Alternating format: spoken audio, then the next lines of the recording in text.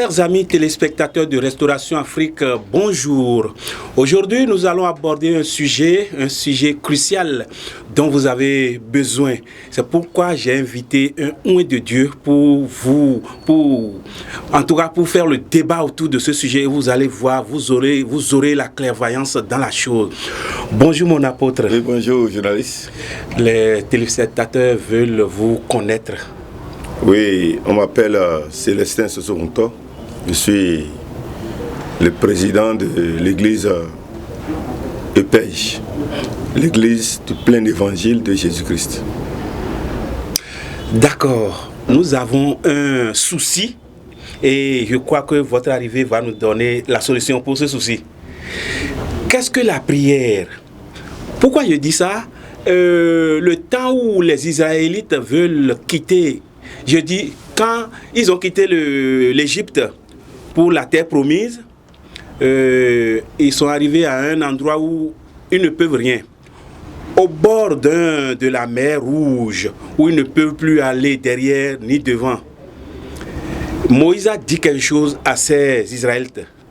Moïse a dit, regardez ces Égyptiens-là, vous ne les verrez jamais. Maintenant, Jésus-Christ, à son arrivée, a dit de prier pour nos ennemis, pour nos amis, pour tout le monde. Est-ce que la prière que les gens font aujourd'hui, une malédiction d'une manière, maudire sans fondement là, est-ce que ça cadre avec le travail que Jésus-Christ est venu faire sur la terre? Si journaliste, béni ou maudit, ça existe réellement dans le monde. Mais est-ce que Dieu veut qu'on maudisse les hommes? C'est la question, ça. C'est la grande question. Vous voyez bien? Et par rapport à maudit ou béni, l'homme peut maudire quelqu'un, même s'il est beaucoup puissant, en esprit, je parle bien. Oui. Il peut maudire quelqu'un et celui-là sera béni. Il peut aussi bénir quelqu'un et celui-là aussi sera maudit. Nous prenons le cas des enfants d'Israël quand ils sortaient de l'Égypte. Ils sont restés en esclavage selon la parole de Dieu. C'était une prophétie donnée depuis le temps d'Abraham, leur arrière-grand-père.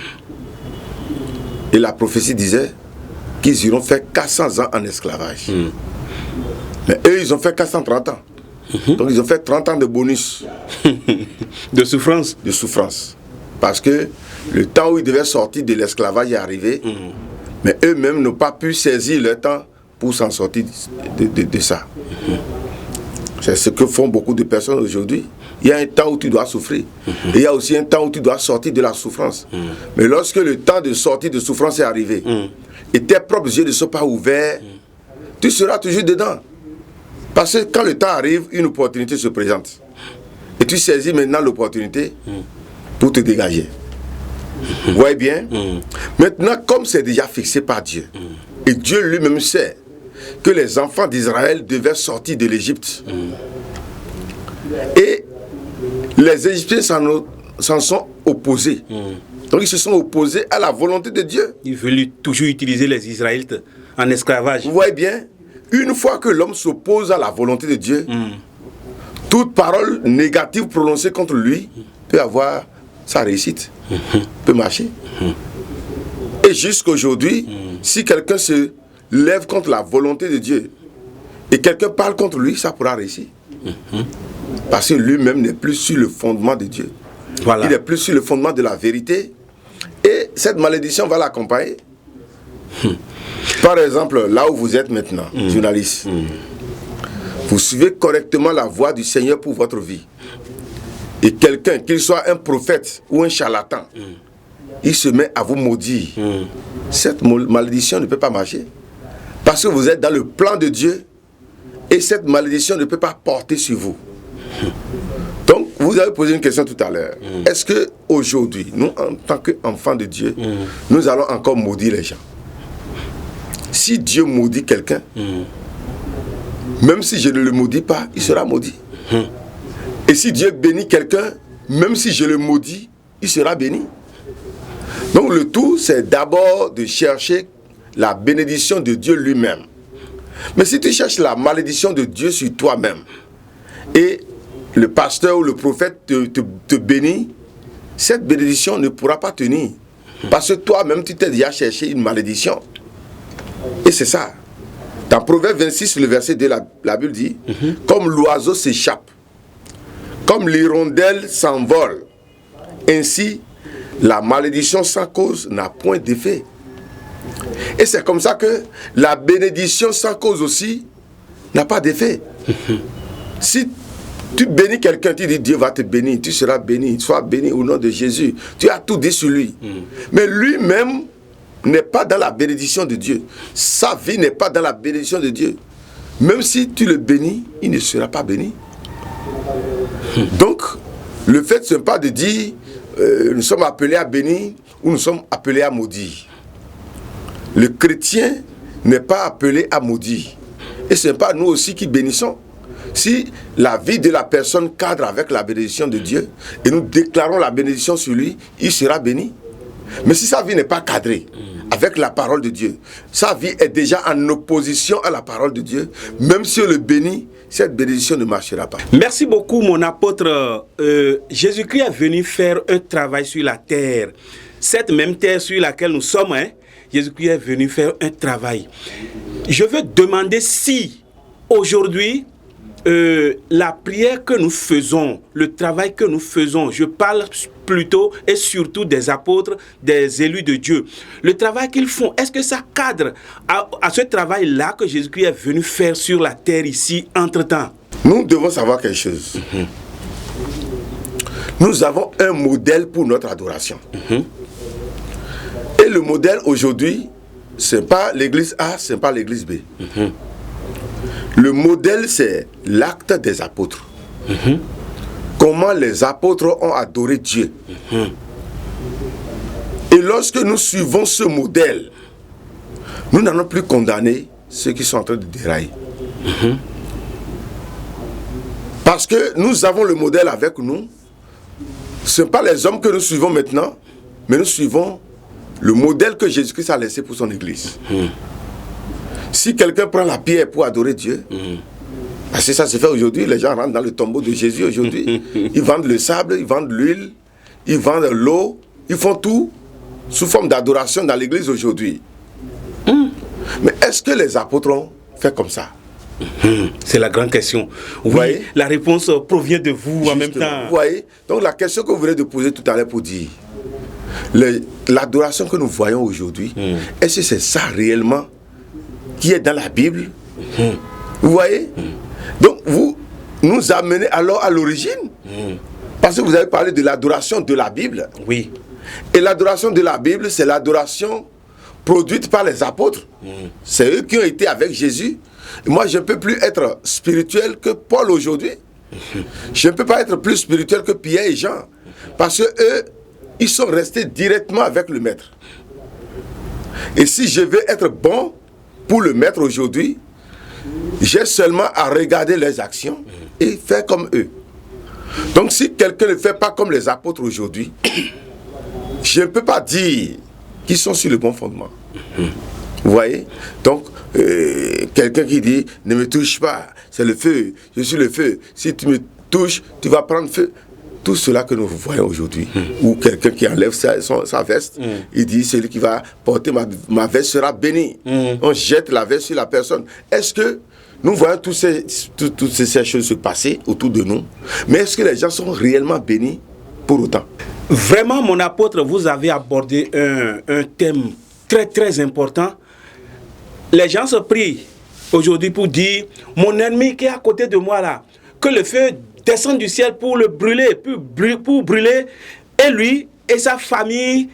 En tout cas, j'entends des choses comme ça. Les gens font ce genre de prières. Là, vous voulez me dire que ça ne cadre pas avec le travail que Jésus-Christ est venu faire. Est-ce que les apôtres ont prié de cette manière? Néanmoins, il y a des gens pour qui les gens avaient prié, non? J'ai appris quelque part où Paul a jeté un mauvais sort sur quelqu'un qui a perdu les yeux. Bon, ça doit être dans un passage de la Bible. Donc, vous me dites en même temps que ces genres de prières ne sont pas normales, mon apôtre. Merci, journaliste. Et la question que vous voulez poser, j'ai deux exemples dans la Bible. L'exemple de Paul, où Paul a prié et quelqu'un est devenu aveugle. C'était Pierre. C'était Pierre? Oui, dans Actes chapitre 10. D'accord. Non, Actes chapitre 8. Là où ils ont prié, quelqu'un a demandé que le Saint-Esprit descende, qu'il donne l'argent pour payer le Saint-Esprit. Pierre lui a dit que lui n'a pas de part dedans. Je me rappelle bien que si ce n'est pas Paul, ça doit être Pierre qui a aveuglé quelqu'un. Je n'ai pas le verset sur moi ici tout à l'heure. À ce niveau-là, beaucoup se trompent. Nous n'allons pas appeler le nom de quelqu'un pour dire Seigneur, tue-le. Non. Un enfant de Dieu ne doit pas dire ça. Un enfant de Dieu ne doit pas dire ça. Non. Dans la Bible, nous avons constaté quelque chose sur les apôtres où ils ont prié. Ils ont dit Seigneur, ton serviteur que tu as envoyé Jésus, Ponce et Pilate se sont mis ensemble pour le tuer. Et maintenant, ils se sont levés aussi contre nous. Ce que nous te demandons, étends tes mains depuis les cieux et donne-nous la liberté de prêcher ta parole. Cette liberté pour prêcher la parole de Dieu peut tuer quelqu'un. Parce que si quelqu'un s'oppose à cette liberté, Dieu traite avec lui. Alors ce n'est pas le pasteur qui a tué la personne en ce temps-là. Ce n'est pas le pasteur qui a dit Seigneur, il faut tuer Hérode, il faut tuer Pilate. Il n'a pas dit ça. Avec ce que nous voyons aujourd'hui dans les églises où on appelle le nom des gens, on dit Dieu, tue-le. Mais nous voyons tout cela, mais est-ce que les gens meurent pour autant? Donc, vous êtes convaincu que les prières de ce genre se fassent, non? Ça se fait dans certaines églises. Mais Dieu nous a refusé d'appeler le nom des gens pour dire Dieu, tue-les. Nous pouvons même dire Seigneur, donne-nous la liberté. Ou soit s'il va persister, montre-lui ta face. Montre-lui ta colère. Ça, c'est autre chose. En ce temps, c'est quelqu'un qui est derrière toi et qui veut que tu meurs, ou soit qui veut que le travail de Dieu ne marche pas dans ta main. Tu peux dire, Seigneur, regarde, telle personne s'oppose à toi. C'est toi qui connais comment tu vas le traiter. Mais ce que nous on sait, ce que nous on te demande, c'est de nous libérer de son pouvoir. Dieu sait comment se charger de lui. S'il va mourir pour que tu ailles en avant, ça c'est l'affaire de Dieu. S'il va vivre, et Dieu va le tourner d'une autre manière pour que toi tu sois libre pour faire ton travail. Dieu a tous les moyens pour faire son travail. Mais ce n'est pas à toi de lui dire tu vas mourir. Mais dans le cas où les gens sont morts, par exemple le cas de Saphira et Ananias, c'est des cas de révélation particulière. Avant que Ananias ne vende son terrain et diminue le prix, il a trahi le peuple de Dieu, il a trahi la conscience de sa propre conscience. Parce qu'en ce temps-là, la conscience de l'Église, bien que ça ne soit pas la vraie vérité, c'est-à-dire la vraie volonté de Dieu, mais c'était ce qu'ils se sont convenus. Tout appartient à tout le monde. C'était cette convenance-là. Mais lui, il a vendu son bien et il en a caché le prix. Et Dieu, le Saint-Esprit a déjà révélé ça à Pierre. Et ce qui allait suivre lui est déjà révélé. Donc ce n'était pas une sentence de Pierre, c'était une sentence de Saint-Esprit que Pierre a répétée. Pierre n'a pas dit au nom de Jésus je te tue, mais il a confirmé ce qui lui a été révélé dans le secret. Ce qui lui est révélé, c'est que Ananias doit mourir. À cause de cet acte-là, il doit mourir. Et Pierre a déjà vu ça. Et c'est ce qu'il a vu, qu'il a déclaré. Et qu'il a dit un mot sur lui. Justement, ce n'est pas le mot de Pierre qui a tué Ananias. Mais c'est ce que Dieu a préparé déjà contre Ananias qu'il a tué. C'est ça. Et qu'est-ce que Pierre a dit? Qu'est-ce qu'il a prononcé comme malédiction qui vient du Saint-Esprit par lui sur Ananias? Pierre n'a pas prononcé une malédiction, mais il a déclaré la malédiction. Prononcer, c'est ce qui est sorti de toi-même. Mais déclarer, c'est ce qui est sorti de Dieu par toi. Ça, c'est deux choses différentes. il a déclaré la malédiction qui est sur Ananias. Donc ça veut dire que même si Pierre ne parlait pas, Ananias est déjà maudit. Et il doit mourir. Il doit mourir. Vous voyez, donc c'est plus la parole de Pierre qui a tué Ananias. C'est la malédiction qui s'est créée lui-même qui l'a tué. Et si Ananias s'était créé la bénédiction, même si Pierre prononçait la malédiction contre lui, ça n'allait pas marcher. Je sais que Ananias et sa femme ont subi le même sort. À l'apparition de Ananias, Pierre a prononcé un mot. C'est ça que je veux que vous disiez aux amis téléspectateurs et ils vont comprendre. Et après, je vais vous demander, aujourd'hui, qui peut être un apôtre, qui peut être un serviteur de Dieu, qui peut apprendre la parole de Dieu à des fidèles d'une église, monsieur mon apôtre. Vous voyez, Pierre disait à Saphira, la femme d'Ananias, ceux qui ont enterré ton mari sont là pour emporter aussi ton corps. Vous croyez que ça, c'est une parole une malédiction que Pierre a jetée sur Saphira? Non. Il a déclaré la malédiction, ce qui lui a été révélé par l'Esprit Saint. La mort de Saphira est déjà conclue. Même si Pierre ne parle pas, Saphira allait mourir parce qu'elle a menti. Et Pierre savait qu'elle allait mentir. Ananias est mort d'abord. Justement, Pierre savait que Saphira allait mentir. L'Esprit lui avait déjà révélé ça. Le temps où ils se sont mis ensemble pour conclure et venir mentir au Saint-Esprit, les a déjà tués. Donc Pierre n'a fait que déclarer la malédiction qui est sur leur vie. Il n'a pas prononcé la malédiction, mais il a déclaré ce qui est déjà sur leur vie. Donc ce que moi je conseille là, moi Dieu m'a refusé ça. On m'a dit ne maudis jamais. Je ne suis pas appelé à maudire, mais je suis appelé à bénir. Chacun a son ministère. Si quelqu'un a le ministère de malédiction, je ne sais pas. Mais dans la Bible, là, il n'y a pas ça dans la Bible. Nous sommes appelés à bénir et non pour maudire. Jésus a dit même priez pour vos ennemis, pour le bien de vos ennemis. Et ainsi vous mettez une brèche de feu sur leur tête. Donc nous n'allons pas chercher à maudire, mettre à genoux, appeler le nom de quelqu'un pour dire Dieu tue-le, rends-le malade. Non, non, non. Mais on peut maudire dans le sens que nous ne ciblons pas quelqu'un. Et nous disons au nom de Jésus, si quelqu'un est derrière moi, Seigneur, frappe-le par ta colère. Là, quelqu'un n'est pas ciblé. Là, si quelqu'un tombe dedans, c'est plus toi qui as tué la personne là. C'est comme un filet que tu as jeté. Si quelqu'un rentre dedans, ça l'attrape. Ça l'attrape. Le chrétien peut prier comme ça. Seigneur, tous ceux-là qui vont se lever contre moi, lève-toi contre eux. Ça, c'est la prière. Je peux faire cette prière-là.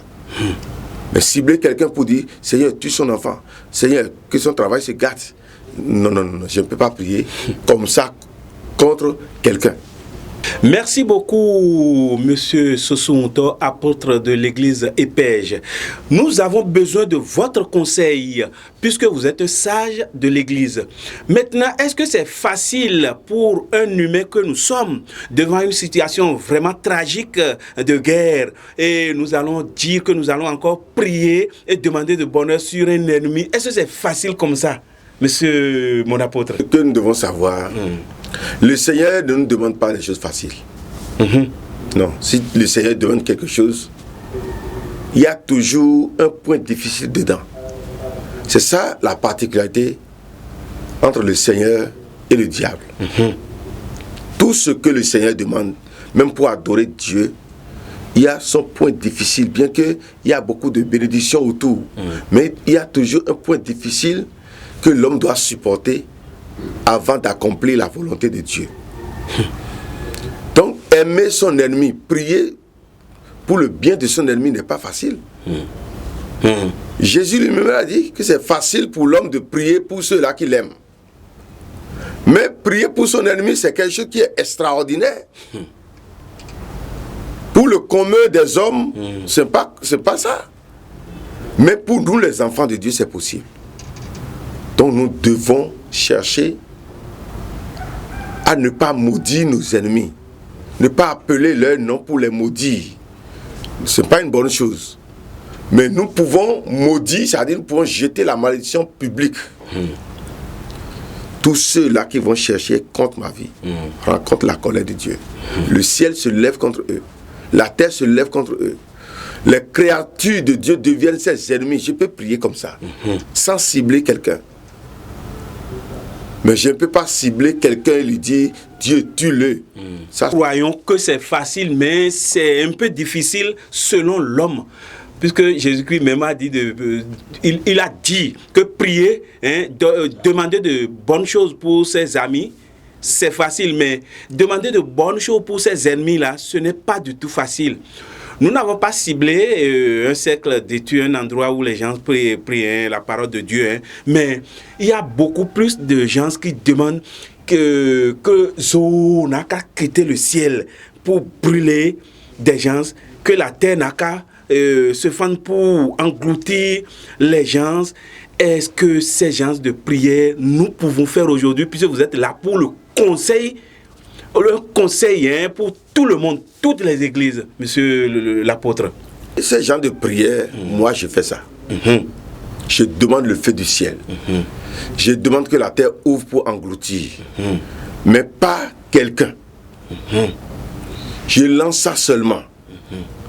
Si quelqu'un tombe dedans, ce n'est pas moi qui ai appelé son nom pour le jeter dedans. Vous suivez bien. Je parle de tout le monde, tous ceux-là qui vont se lever contre l'église, contre la prospérité de l'église, contre la vie de l'église. Seigneur, frappe-le. Ange de Dieu, frappez-les avec votre épée. Là, est-ce que j'ai appelé le nom de journaliste Vinegla? Non. Non. Alors, si quelqu'un tombe dedans, ce n'est plus moi qui l'ai mis dedans. Donc, vous devez comprendre ce que je suis en train de dire là. Je ne mets pas les yeux sur quelqu'un pour faire cette prière-là. Je peux prier pour dire que la terre ouvre la bouche pour avaler les gens. Puisque ça avait fait ça en temps. Parce que dans la Bible, on a vu ça. La terre a ouvert la bouche pour engloutir les gens. Et aujourd'hui, ce n'est pas physiquement comme ça que la chose se produit. Ça ne se produit pas physiquement aujourd'hui, mais spirituellement, ça se passe. Où les gens rentrent réellement dans la fosse. Mais la différence aujourd'hui, c'est que nous ne ciblons pas quelqu'un. Moïse qui a dit, ces Égyptiens que vous voyez aujourd'hui, vous ne les verrez plus jamais. Mais lui, il parle par rapport à la révélation. Et aujourd'hui, moi aussi, je peux dire, quelqu'un qui est en train de lever la tête. Et si Dieu m'a déjà donné une révélation sur lui, je sais que lui va finir de telle manière. Je peux dire, regardez-le, pour voir la fin. Il finira dans telle situation. Si je dis ça, ce n'est pas que je le maudis, mais je déclare la malédiction qui est sur lui, qui est déjà sur lui. Regardez-le bien. L'homme là, c'est comme ça qu'il va finir. Parce qu'il a mérité. Il mérite. Et ce n'est pas moi qui jette la malédiction sur lui. Je confirme la malédiction qui est déjà sur lui.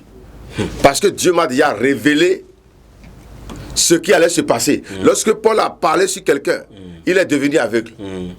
Ce n'est pas qu'il a maudit la personne là. Mais Paul a déjà vu la malédiction qui est sur lui et il a déclaré. Et c'est arrivé en même temps. Parce que les actions de cette personne-là méritaient l'aveuglement. Et Dieu a révélé à son serviteur qu'il est déjà aveugle. Déclare sur lui. Donc si Paul le parlait, même si Paul ne parle pas, il est déjà aveugle. Mais il faut que Paul dise ça pour que les gens qui sont autour de lui sachent que réellement Dieu est avec lui.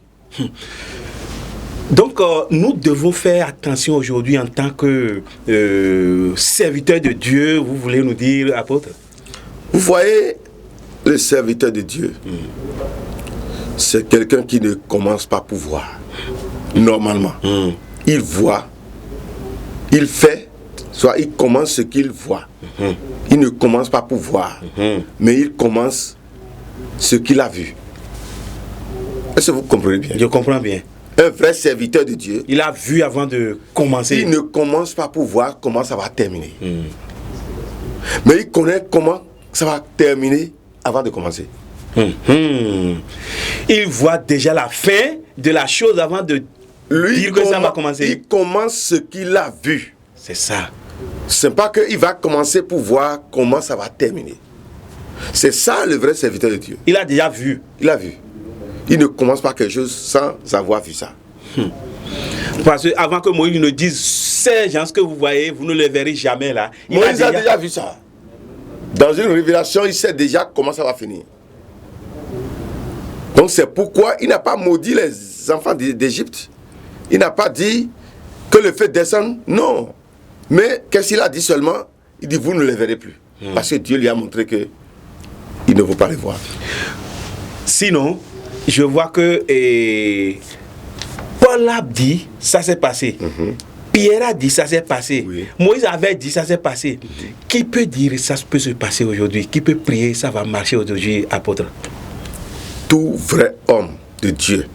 Comment être un vrai homme de Dieu? Qui ont vu ça en esprit peuvent dire ça va se passer. Il faut être comment pour voir des choses en esprit? C'est là le problème. Parce que notre relation avec Dieu n'est pas une relation seulement physique. C'est une relation spirituelle. Comment je peux dire que je suis ministre d'un président sans jamais écouter la voix de ce président? Sans jamais voir le visage de ce président? Ça, c'est impossible. Beaucoup s'appellent serviteurs de Dieu aujourd'hui, mais ils n'ont pas une relation particulière avec le Seigneur. Le Seigneur existe, et ce n'est pas qu'il existe réellement, il agit, il parle, il révèle les choses. Et nous devons rentrer dans le conseil de Dieu. C'est là le problème. Si Dieu n'a pas maudit quelqu'un, ça s'est passé dans le livre de Nombre, non? Où les enfants de Moab sont allés appeler Balak pour maudire Israël. Balak avait l'habitude, Balaam plutôt, avait l'habitude de maudire les gens. Et ça marche. Il est enfant de Dieu? Mais ce n'est pas les démons qu'il maudissait. Ah, d'accord. Il portait le nom de Dieu, mais ce n'est pas les démons qui maudissaient les gens et ils mouraient devant lui. Mais quand il est allé maintenant pour maudire les enfants de Dieu, c'est l'Esprit Saint maintenant qui a pris sa langue. Et l'Esprit Saint parlait en lui disant, comment pourrais-je maudire celui qui est béni de Dieu? Vous voyez? Donc les gens que les prophètes maudissent, les prophètes sataniques maudissent, aujourd'hui, et ils meurent, sont déjà maudits par Dieu. S'ils ne sont pas maudits par Dieu, l'homme ne peut pas les maudire et ça allait marcher. C'est pourquoi c'est là qui crée des sièges pour de malédictions. Le petit sorcier même peut rester dans son coin pour le maudire et il va mourir. Vous voyez? Regardez le grand Isaac, chargé avec la bénédiction de son père Abraham. Il avait bénéficié de la bénédiction d'Abraham. Et il voulait bénir son fils, Isaac et Jacob. Jacob qui s'était déguisé en Saül, il voulait le bénir en tant que Saül. Mais qu'est-ce que Isaac lui a dit? D'abord, il a appelé Saül l'héritier même de la bénédiction pour lui dire, je vais te bénir, mais tu vas rentrer dans la brousse, tu vas tuer un gibier et tu vas préparer la nourriture que j'aime. Et quand je vais manger, mon âme va te bénir. Mon âme va te bénir. Vous voyez bien? C'est pas lui-même Donc qui bénit. il faut que l'âme de la personne soit touchée. Ceux qui maudissent et ça marche, c'est parce qu'ils sont touchés dans l'âme. Celui qui est maudit leur a fait quelque chose de très grave. Et même s'ils ne parlent pas, ils disent seulement, ce rond-là amène la malédiction. Parce que la personne a déjà posé une base pour la malédiction. Et de la même manière, même si la personne n'ouvre pas la bouche, et il est content jusqu'à son âme, et il dit, sois béni. Telle chose comme bénédiction va arriver sur ta vie, ça va arriver. Donc c'est le fondement d'abord qui est l'essentiel. Même si tu es grand n'importe comment, tu peux être n'importe quel homme de Dieu. Et tu as posé un fondement de malédiction. Et tu n'étais pas repenti. Contre un petit enfant de Dieu. Lui n'est pas pasteur, lui n'est pas quelqu'un, mais c'est contre lui que tu as mal fait. Et ça a pénétré son âme. Il n'a pas parlé. Il a dit, c'est à moi qu'il a fait ça. Dieu va lui payer ça. Est-ce qu'il l'a maudit? Il ne l'a pas maudit. Mais est-ce que la malédiction va le suivre? Ça va le suivre. Ça va le suivre. Il a dit, Dieu va lui payer ça. Il n'a pas dit, toi là, tu vas mourir. Il n'a rien dit. Mais ce qu'il a fait sortir là, ça va directement sur le siège de malédiction que ce grand homme-là a créé. Et ça va l'accompagner. Il est maudit en même temps. Il est maudit. Ce n'est pas le petit qui est taquiné qui l'a maudit, mais c'est son action qui l'a maudit. Il a posé un fondement de malédiction. Merci beaucoup, monsieur l'apôtre. Vous avez donné de bons conseils pour ceux-là qui sont serviteurs de Dieu et pour tout le monde.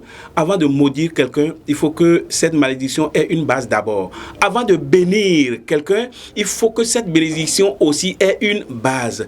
Maintenant, nous allons conclure l'émission. Qu'est-ce que vous allez dire aux amis téléspectateurs de Restauration Afrique pour clôturer, pour conclure cette émission? Sinon, tu peux aller à l'église. Les pasteurs peuvent prier pour toi. Renverser l'huile d'olive sur ta tête. Tout cela, c'est biblique. Mais si tu n'as pas posé un fondement pour la bénédiction, même s'ils font tout pour toi, tu seras maudit. Même si quelqu'un ne prononce pas la malédiction sur ta vie, toi-même, tu as déjà posé un fondement pour cette malédiction et la malédiction va te suivre. Donc, mon conseil pour tout le monde, quand nous voulons faire quelque chose, nous devons d'abord nous poser la question. Est-ce que cette chose que nous voulons faire, ce pas que nous voulons poser, c'est un pas qui établit un trône, un siège pour la malédiction pour nous ou pour la bénédiction? Tous ceux qui prospèrent aujourd'hui, s'ils n'ont pas posé eux-mêmes un siège pour la prospérité ou la bénédiction, peut-être que leurs pères ont déjà posé ce siège-là. Et ce que leur père a fait, ils sont en train d'en bénéficier. Et la bénédiction suit la génération. Justement. Et tous ceux qui sont maudits aujourd'hui, si ce n'est pas leurs pères qui ont posé le siège pour cette malédiction quelque part, c'est eux-mêmes qui ont posé ça.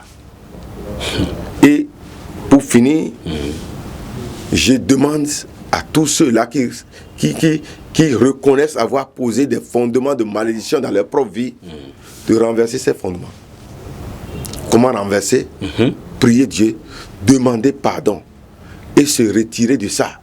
Lorsque tu demandes pardon à Dieu pour un mauvais fondement de malédiction que tu as posé sur ta propre vie ou sur la vie de tes enfants, va dans ta chambre, ferme ta porte, mets-toi à genoux et pleure devant Dieu. Dis, Seigneur, je sais que ceci que j'ai fait dans ma vie là, c'est un siège pour la malédiction contre ma propre vie. Pardonne-moi. Je sais que telle chose que j'ai écoutée dans ma famille, c'est ça qui produit tel malheur, telle malédiction sur la famille. Père, pardonne-moi ça et libère-moi de ce lien de la famille. Tout le monde peut être dans ce lien, dans la famille. Toi qui as demandé d'être libéré, Dieu te libère. Et cette malédiction ne suit plus ta vie. Tous ceux qui sont en train de courir d'église en église aujourd'hui, à cause de malédiction, si jamais ils ne commencent pas à briser ces liens de malédiction, leurs vies vont changer. Parce qu'il y a un siège. Merci beaucoup. J'ai entendu parler maintenant d'une manière. La stratégie pour les fidèles de prier en live pour réveiller tout le monde en pleine nuit, ce n'est pas de ça que vous avez parlé. Hein. Vous avez dit à la personne de rentrer dans sa chambre et fermer la porte. Donc, cette stratégie de prier en live, là, c'est bon ou bien comment? Oui, je peux donner 2 raisons pour ça. Le jour de Pentecôte, les disciples s'étaient enfermés. Mais quand le Saint-Esprit est descendu, les gens ont écouté les voix de loin. Seulement ce que je demande à chacun, c'est de chercher un lieu calme. Un lieu pour ne pas déranger les cohabitants. Parce que le temps où toi tu pries, l'autre a besoin de dormir. C'est ça. La prière, normalement, C'est quelque chose qui doit être fait sans déranger l'autre.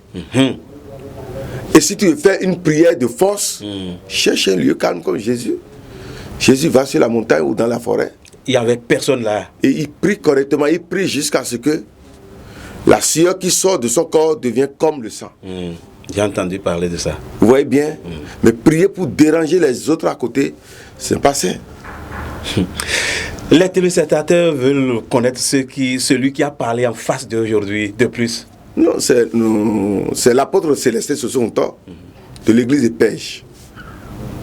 S'ils veulent vous voir, bon, il faut leur indiquer. L'église de Pêche est partout dans le Bénin et à l'extérieur, au Togo. Nous sommes partout aussi au Togo, au Nigeria, et nous sommes en train d'aller au Burkina maintenant. Pour nous voir à Parakou ici, nous sommes dans l'avant qui fait face directement à l'antenne MTN de Quartier-Gare. Amen. Merci beaucoup et bonne suite de programme à tous les téléspectateurs de Restauration Afrique TV.